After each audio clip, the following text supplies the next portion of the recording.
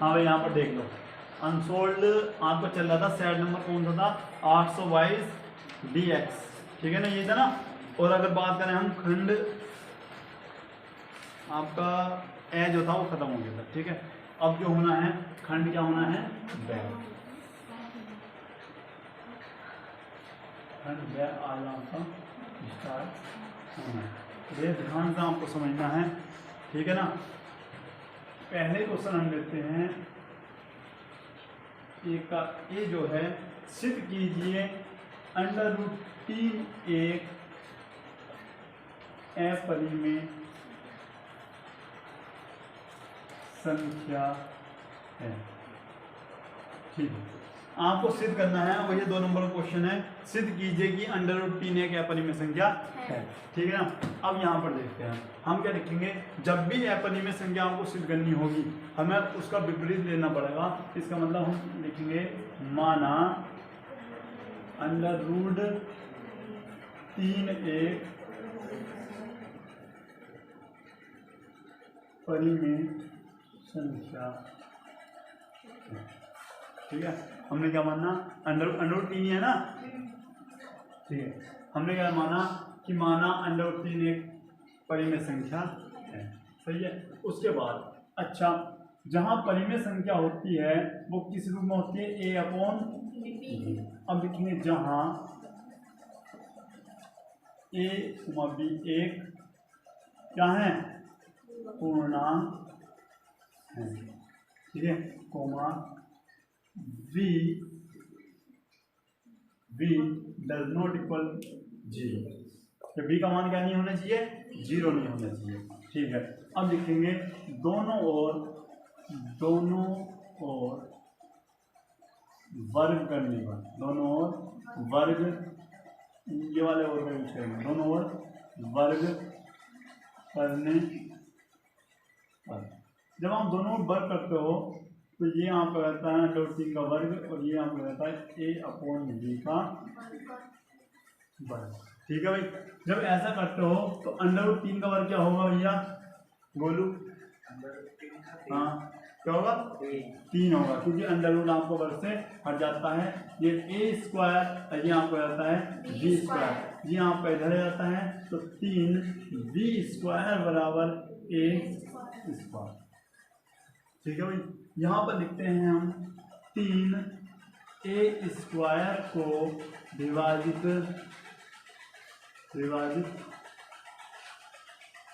करता है। जब इसको विभाजित करेगा तो ये एक लाइन और लिख लो, 3A को भी विभाजित करता है, A को विभाजित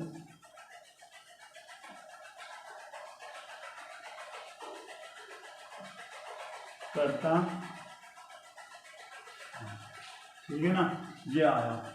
अच्छा भैया एक नई लाइन लिखते हैं यहाँ से, माना जब वहाँ पे A है ना तो हमने ले लिया A बराबर 3C, इस बार क्या ले लिया, A बराबर 3C लेने पर। अब लिखेंगे A का मान, यहाँ पर आप इक्वेशन नंबर 1 में मान सकते हो, और लिखते हैं A का मान समीकरण नंबर 1 में रखने पर। और जब आप A का मान समीकरण नंबर 1 में रखते हो तब आ जाता है आपका 3B² बराबर, A के स्थान पे क्या रख दो, 3C, A का वर्ग तो ये 3C का भी वर्ग, आपको जाता है 3B², 3 का वर्ग आपका 9 और C का C², ठीक है। अब देखो 3 क्या 9, तो यहाँ पर रहता है B² बराबर 3C²। अब इसको इधर ले आओ तो आपको हो जाता है 3C² बराबर B²। देखो फिर से आगे ना ऐसे ही, ठीक है। और आप फिर से ऐसे लेते हो, इस प्रकार से चलता रहता है। यहाँ पर फिर लिखते हैं 3B² को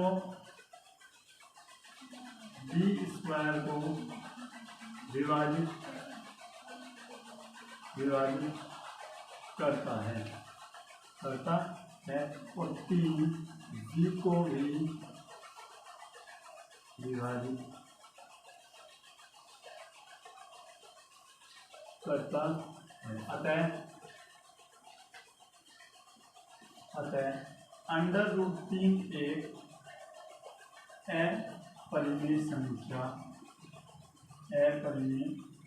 संख्या होगी।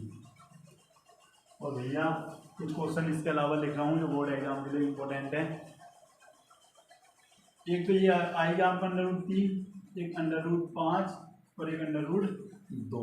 ये तो भैया आने हैं, ये क्वेश्चन वे हैं जो सब सेम ऐसे ही होने हैं, बस 3 की जगह क्या क्या लिखना आपको 5 5 और वहां पर 2 2।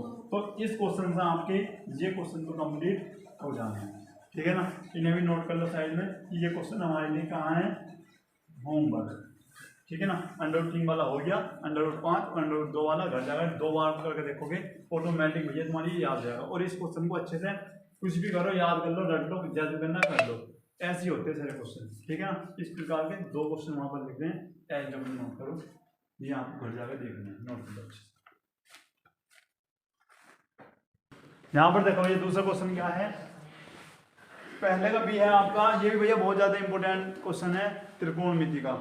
यदि tan a + b = 1 और tan a - b = 1/√3 हो तो a और b का मान आपको ज्ञात करना। हाँ इतने क्या हो गया भैया, ठीक है।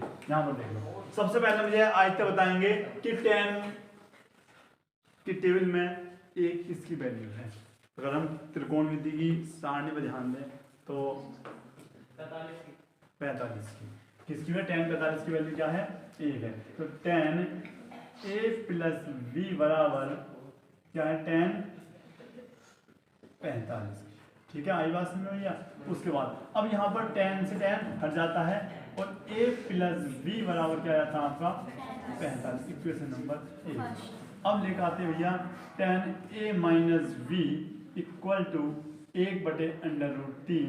विचित्र बताएंगे कि भैया tan में 1/√3 किसकी वैल्यू होती है, 30 की भैया, tan 30 की वैल्यू होती है। यहाँ भी tan से tan आप हट जाता है। और कोई विद्वान बनकर ऐसा ना करते भैया, इस चीज से बचना, मतलब नंबर ही कर जाएंगे पूरे, ठीक है ना। ऐसा मत कर देना, ये बात मैं बता रहा हूँ आपको। अगर ज़्यादा करो तो यहाँ पर ये लिख देना तुलना करने पर, ये थोड़ा बेस्ट रहेगा इससे, ठीक है ना। अच्छा a - b बराबर आपका रहता है 30 डिग्री, इक्वेशन नंबर 2। अब लिखते क्या है, समीकरण नंबर 1 व समीकरण नंबर 2 से। समीकरण नंबर 1 क्या है और समीकरण नंबर 2 क्या है, या फिर ऐसे ना लिख के ऐसे भी लिख सकते हो आप कि समीकरण नंबर 1 + समीकरण नंबर 2। इससे क्या होगा, विलोपन विधि हमारी लग जाती है। a + b बराबर क्या है आपके पास 45 और a - b बराबर कितना आपके पास 30। ये आपसे कट जाता है और बचता क्या है आपका 2a = कितने जाएंगे भैया आपके 75। a का मान चेक करो क्या आ रहा है आपका 75/2, ये आ रहा। अच्छा उसके बाद देखते हैं, ये हुआ a का मान, और a का मान क्या हुआ, समीकरण नंबर 1 में रखेंगे। तो हम 1 में रखते हैं तो ये आता आपका a + b बराबर आपका है 45, क्या है भैया 45, और a का मान है 75/2 + 45, ये जाएगा बहुत ज़्यादा है -45 - 75/2। तो यहाँ पर रहता हमारा b बराबर, जिसके नीचे उसके नीचे 1, 45 दूनी 90 -75/2, ठीक है भैया। b बराबर 15/2, ठीक है। 1 मिनट। हाँ भैया आंसर बेटा सालू आपका ठीक है, बस करना क्या है आपको, आपने देखने में मिस्टेक कर दी, इसमें आपको भिन्न आंसर दे रखा होगा, तो आप इसको इस प्रकार से लिख सकते हैं 37 सही 1/2। और इसको क्या लिख सकते हैं भैया 7 दूनी 14, 7 दूनी 14 और 1 15, इसे हम इस प्रकार से लिख सकते हैं। आंसर आपके दोनों ही करेक्ट है, नोट कर लीजिए भैया। ये क्वेश्चन पता नहीं मैंने कितनी बार करवाया है। दो घनों जिनमें से प्रत्येक आयतन 64 सेंटीमीटर क्यूब है के संलग्न फलकों को मिलाकर एक घनाभ बनाया जाता है, तो प्राप्त घनाभ का पृष्ठीय क्षेत्रफल आपको ज्ञात करना है। भैया दो घन है आपके पास, ध्यान से देख लो। पता है पढ़ाया था माजिद देखा था ना। हाँ तो ये वही वाला सवाल है। हाँ बेटे, पर अब भी आपसे नहीं हुआ है ना, तो बहुत क्या विषय हो जाएगा ये। तो बोर्ड में कर देना। हाँ बोर्ड में कर लेना। ये आपके भैया दो घन है, ठीक है। प्रत्येक आयतन 64 सेंटीमीटर क्यूब है और इनसे मिलाकर हमने घनाभ बनाया।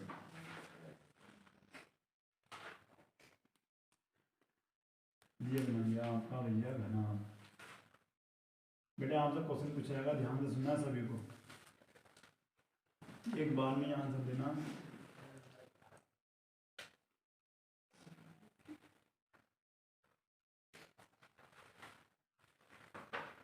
जी भैया यहाँ पर घनाभ, सुंदर लग रहा नहीं? ठीक है भैया। अब देखो क्या है, यहाँ पर दे रखा है प्रत्येक घन का आयतन। पहले लिखते घन का आयतन, घन का आयतन क्या होता है भैया? भुजा की पावर 3, ठीक है। यानी अगर मैं भुजा ए मानूं, यहाँ पर लिख सकते हैं, माना घन की भुजा बराबर कितनी मान ली हमने? 1 सेंटीमीटर। तो ये क्या हो जाएगा आपका ए क्यूब, ठीक है ना। अब यहाँ पर दे भी रखा है भैया घन का आयतन, आपको दे रखा है 64 सेंटीमीटर क्यूब। अच्छा तो ए की पावर 3 64। अब मुझे ये बता दो नितिन, तुम बताओ भैया 64 किसका घन है? जल्दी से बताओ जल्दी। 4 का ये घन है। अब तुलना करते हो तो ए का मान क्या आता है आपका? 4 सेंटीमीटर। अच्छा कहने का मतलब ये है कि घन की भुजा कितनी आई है आपकी? 4 सेंटीमीटर। ये भी भैया 4 सेंटीमीटर। और आपको अच्छे से पता है घन की सभी भुजाएं कितनी होती हैं? सेम होती हैं। ये भी 4 सेंटीमीटर बताया था ना ऐसी, तो ये भी आपका 4 सेंटीमीटर, तो ये भी आपका 4 सेंटीमीटर। अब इन्होंने दोनों घनों को मिला दिया, ठीक है। तो अब क्वेश्चन आपसे किया जाता है कि जब हम दो घन को एक प्रकार से इस प्रकार मिला देते हैं, बहुत अच्छे से समझाया था कि भैया कौन सी चीज ऐसी है जो बढ़ जाती है? विनीत क्या बढ़ जाती है? विनीत फिर ऐसे करें, ये क्या है? ये सिस्टम क्या है तुम्हारा? देखो ये आपकी, बताओ क्या चीज बढ़ जाती है? नितिन चौड़ाई।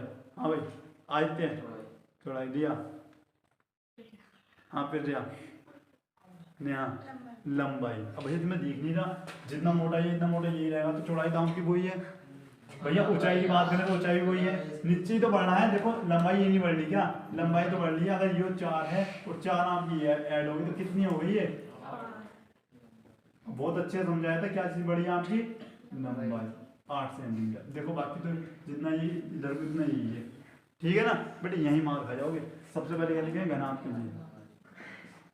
घनाभ के लिए भैया लंबाई कितनी हो जाती है आपकी? 8 सेंटीमीटर। बी का मान क्या होता है? चौड़ाई कितनी हो जाती है आपकी? सेम ही रहती है भैया। ऊंचाई कितनी रहती है भैया? सेम ही रहती है, ठीक है। अच्छा अब मुझे बता दो घनाभ का पृष्ठीय क्षेत्रफल पूछा मैंने। घनाभ का पृष्ठीय क्षेत्रफल, हाँ बेटोली बताओ क्या फॉर्मूला होगा? जल्दी चलो सालू क्या होगा? प्रिंस 2 लंबाई गुणा चौड़ाई, चौड़ाई गुणा ऊंचाई और ऊंचाई गुणा लंबाई, यही तो होता है ना। तो 2। अच्छा लंबाई क्या है? 8, चौड़ाई क्या है? 4, फिर क्या है? 4 चौड़ाई 4 ही ऊंचाई, फिर क्या है आपको? ऊंचाई कितनी हुई है आपकी? 4 और लंबाई कितनी? 8।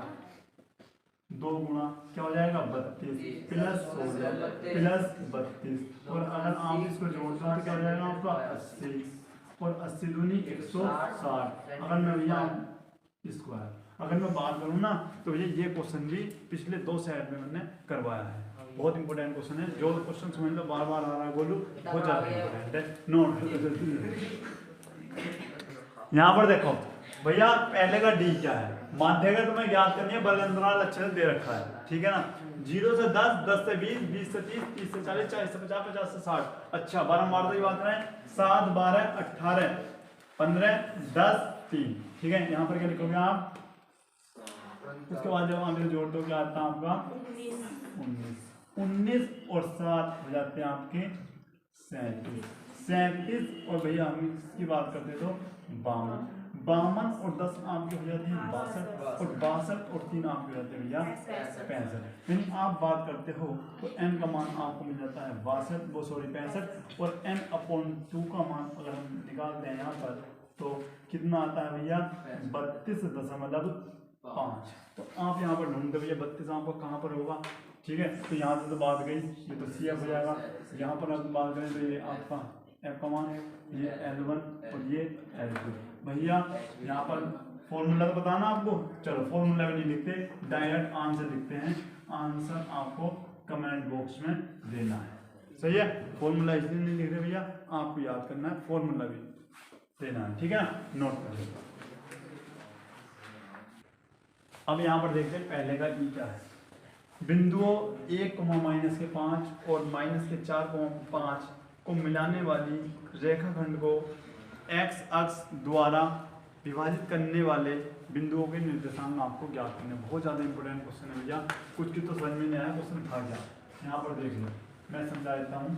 ये क्वेश्चन है, यहाँ आपके बिंदु ए के निर्देशांक 1 -5 रखे हैं, और यहाँ पर बिंदु बी है, इसके निर्देशांक -4,5 रखे हैं, ठीक है। और यहाँ पर एक बिंदु है, देखो, को मिलाने वाली रेखाखंड x अक्ष द्वारा विभाजित करती है, यानी यहाँ पर x पर विभाजित कर दी है, तो इसका मतलब y का मान क्या होगा 0 होगा, ठीक है। और इसके निर्देशांक निकालने हैं कि इसका मान क्या है, इस बिंदु के निर्देशांक निकालने। कैसे निकाल सकते, यहाँ पर देखते हैं।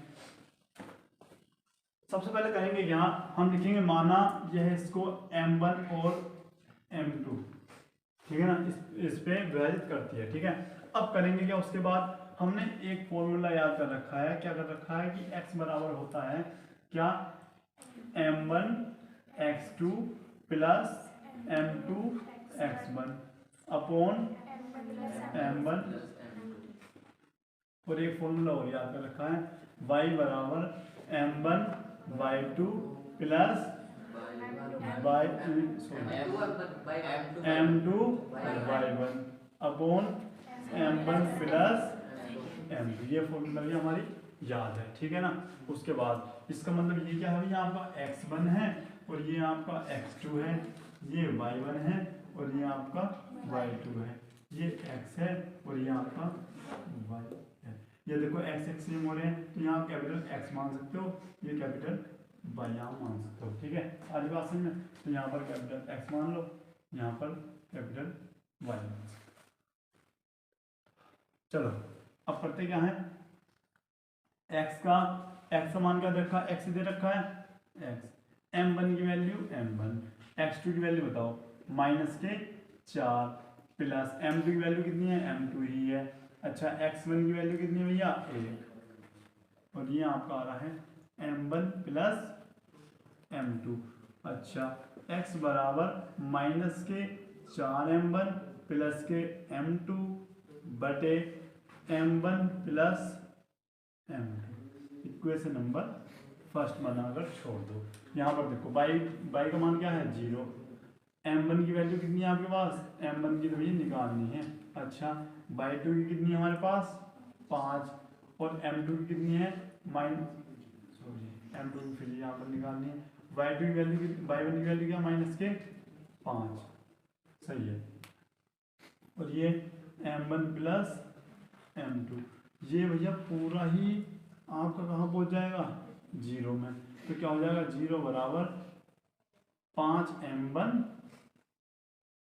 प्लस माइनस हो जाएगा माइनस के 5m2, ठीक है। अच्छा ये आपको क्या होगा, अब ये इधर आ जाएगा, जब ये आपका इधर आ जाता है तो ये 5m2 बराबर 5m1, 5 से 5 आपका काट भी सकते हो, ठीक है। तो ये आ जाएगा m2 अपॉन m1, या फिर ऐसे रहने दो, फिलहाल एक लाइन ऐसे रहने दो, तो m2 अपॉन m1, यहाँ पर क्या बच जाएगा 1 और 1। अगर बात करें हम तो यहाँ पर m1 का मान भी क्या है आपका 1 आया है और m2 का मान भी 1 आया है। m2 का मान समीकरण नंबर कहाँ रख दो भैया 1 में रख देते हैं। जब आप 1 में रखते हो तो 1 क्या है आपकी x बराबर -4m1 प्लस के है m2 बटे में क्या है भैया आपके m1 और m1 प्लस m2, x बराबर -4 गुणा 1 प्लस 1 और यहाँ पर रहता है 1 प्लस 1, x बराबर -4 प्लस 1 बटे 2, आप रहता है x बराबर -3 बटे 2। तब लिखते हैं तब बिंदु के निर्देशांक। बेटे जरूरी नहीं है ये क्वेश्चन आपका अब 2 नंबर में दिया है, 2 ही नंबर में आ गया, क्वेश्चन आपका 3 नंबर में भी आ सकता है, 4 नंबर में भी आ सकता है। ये क्वेश्चन ये तो एग्जामिनर के ऊपर बात होती है कौन सा क्वेश्चन कितने नंबर में दे, 2 नंबर का 1 नंबर में देते, 4 नंबर का 2 नंबर में देते। अब ये क्वेश्चन इतना लेंथी है कि भैया ये अगली बार को हो सके 4 नंबर में देते, कुछ भी उसके माइंड के ऊपर बात है। तो क्या होंगे भैया x, 0 है ना, तो x का मान क्या होगा आपका कितना दे रखा -3/2 आया है और ये 0, तो हमारा ये आंसर होगा। आंसर चेक करो जल्दी से और नोट करो इसको। अब यहाँ पर क्वेश्चन देख लो, क्वेश्चन भैया ये भी आपको बहुत ज़्यादा इंपॉर्टेंट है, ध्यान से सुन लो।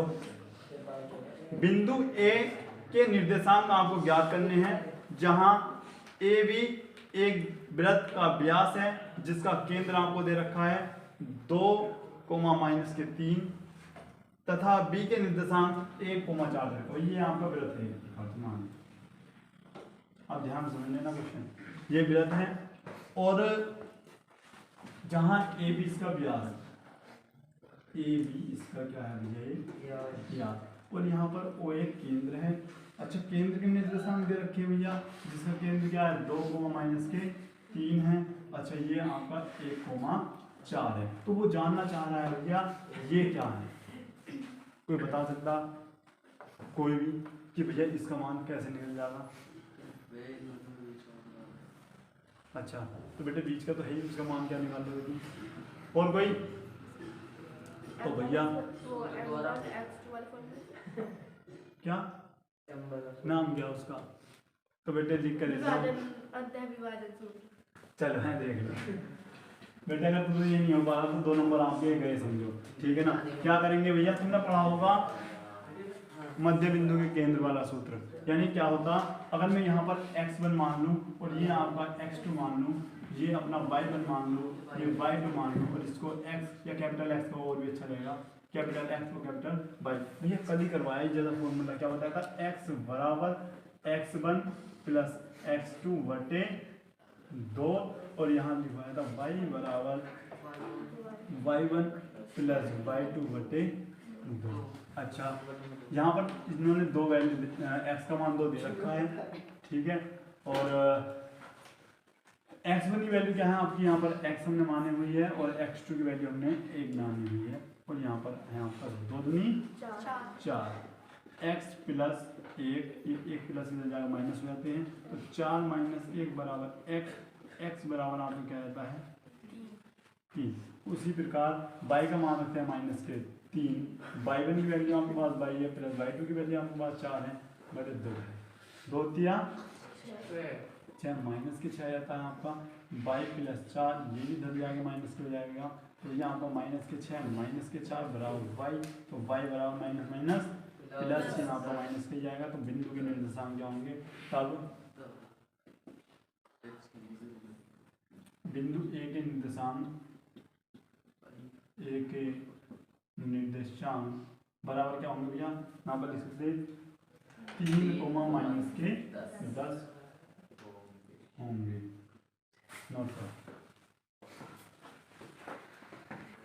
भैया, यहाँ पर देखो क्वेश्चन नंबर दूसरा है आपके पास, दूसरे का ए अगर हम बात करें, ए है के का मान ज्ञात कीजिए जिसके लिए समीकरण 2x प्लस ky बराबर 1 और 3x माइनस के 5y बराबर 7 के एक अद्वितीय हल हैं। और मैंने आपको बताया था, गोलू भैया कहाँ थे, यहाँ पर ध्यान से सुनो, मैंने बताया था जिस समीकरण के अद्वितीय हल होते हैं उसमें क्या होता है ये बता दो। हाँ डज नॉट इक्वल। हाँ और मैंने और बताया होगा कि इसके साथ फिर क्या किया जाता, के का मान हमें ज्ञात करना बताया था। जहाँ अद्वितीय हल होते हैं वहाँ पर एक विधि लगती है, 3 विधि पढ़ाई थी, प्रतिस्थापन, विलोपन और तीसरी क्या थी, बीजगणित। उसका यूज करके के का मान हम निकाल सकते हैं। हालांकि जहाँ तक मेरा आइडिया है ये आपका सिलेबस से हट गया है, अगर आप करना चाहते हो मैंने पढ़ा रखा है, आप आंसर ला सकते हो, ठीक है, इतना हार्ड है नहीं। लेकिन दूसरे का भैया बी पाठ्यक्रम में नहीं है, सी भी पाठ्यक्रम में नहीं है, डी क्वेश्चन है, यहाँ पर देखिए डी की बात करें तो भैया त्रिकोणमिति से है, कोस थीटा बराबर 4/5 हो तो आपको निकालना है, सभी नोट करो भैया, ये क्वेश्चन आपको करके दिखाना है, प्लस tan स्क्वायर थीटा। भैया आंसर देना इसका, सोल्व करके क्या आएगा, ठीक है।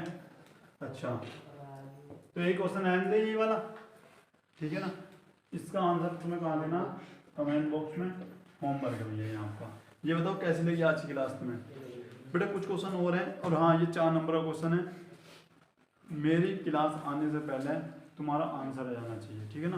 8:30 बजे हमारी क्लास मिलेगी, उससे पहले तुम्हें सॉल्यूशन तुम्हारे पास होना चाहिए और कमेंट बॉक्स में आंसर वीडियो के स्टार्टिंग में देना है। कैसी लगी क्लास आज की, ठीक है ना।